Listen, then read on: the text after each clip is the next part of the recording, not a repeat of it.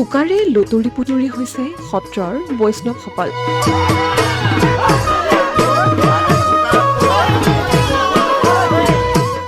ঐতিহ্য পৰম্পৰা ৰক্ষা মাজুলীবাসীৰ।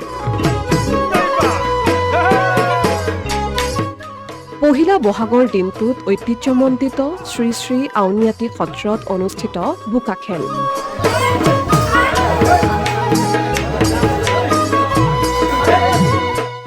তিনিশ ৭২ বছৰীয়া পৰম্পৰা ৰক্ষা সত্ৰৰ ভকত বৈষ্ণৱসকলৰ।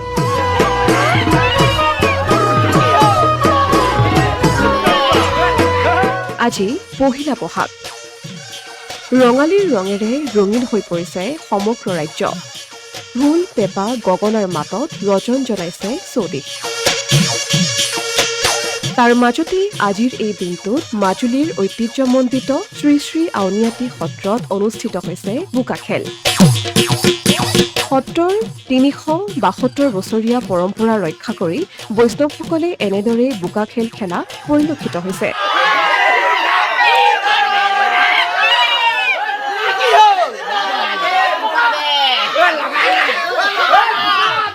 ঐতিহ্য পৰম্পৰা ৰক্ষা কৰি সত্ৰখনত অনুষ্ঠিত হৈছে বোকা বিহু।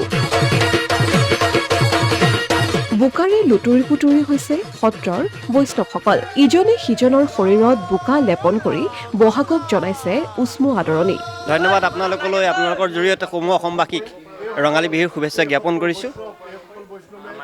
হয়, এই সত্ৰ প্ৰতিষ্ঠা কালৰ পৰাই বুলি ক'ব পাৰি আমাৰ বোকা খেলৰ এই পৰম্পৰা চলি আহিছে। বিশেষকৈ যিহেতু আমি উদাসীন বৈষ্ণৱ, আমাৰ ইয়াতে বিহু পৰম্পৰাটো এনে বোকা খেলৰ জৰিয়তে প্ৰকাশ কৰা হয়, আনন্দ ফূৰ্তি। আৰু আমি প্ৰভু ঈশ্বৰৰ জৰিয়তে প্ৰভু ঈশ্বৰকে আৰম্ভ কৰি সত্ৰৰ যিসকল বৈষ্ণৱ আছে সেই বৈষ্ণৱসকলে এই পহিলা বহাগৰ দিনটোত আমি বোকা খেলি আনন্দ প্ৰকাশ কৰোঁ। কেৱল মাজুলীতেই নহয়, অসমৰ বিভিন্ন প্ৰান্তত এই পৰম্পৰা অতীজৰে পৰা চলি আহিছে। লখিমপুৰতো ঠায়ে ঠায়ে পালন কৰা হৈছে বোকা বিহু। বোকা সানি ইজনে সিজনক জনাইছে বিহুৰ শুভেচ্ছা। উল্লেখ্য যে বোকা আৰু মানুহৰ শৰীৰৰ ছালৰ আছে এক সম্পৰ্ক। বসন্তকালত গাত বোকা সানিলে ছালৰ বহু ৰোগ নিৰাময় হয় বুলি মানুহে বিশ্বাস কৰে। বসন্ত ৰোগ নিৰাময়ৰ ক্ষেত্ৰতো বোকাই অন্যতম ভূমিকা পালন কৰি আহিছে। সেয়ে হোলীৰ সময়ত আৰু বহাগ বিহুৰ সময়ত এনেদৰে ইজনে সিজনৰ শৰীৰত বোকা লিপি পালন কৰে বোকা বিহু। আপোনালোকক বিহু শুভেচ্ছা জনালোঁ। কি ক'বা বোকা প্ৰায় আমাৰ সত্ৰ প্ৰতিষ্ঠা কালৰ প্ৰায় ৩৫০ বছৰ এটা পৰম্পৰা। আমাৰ সকলো এটা বিশ্বাস, বহাগৰ প্ৰথম দিনটোত আমি যিহেতু প্ৰকৃতিক আমাৰ মা বুলি গণ্য কৰা হয়, সেয়ে আমি বহাগৰ প্ৰথম দিনটোত যদি গাত বোকা লেপন কৰোঁ, আমাৰ বছৰটোৰ বাবে চৰ্মৰ ৰোগৰ পৰা হাত সাৰি থাকিব পাৰোঁ।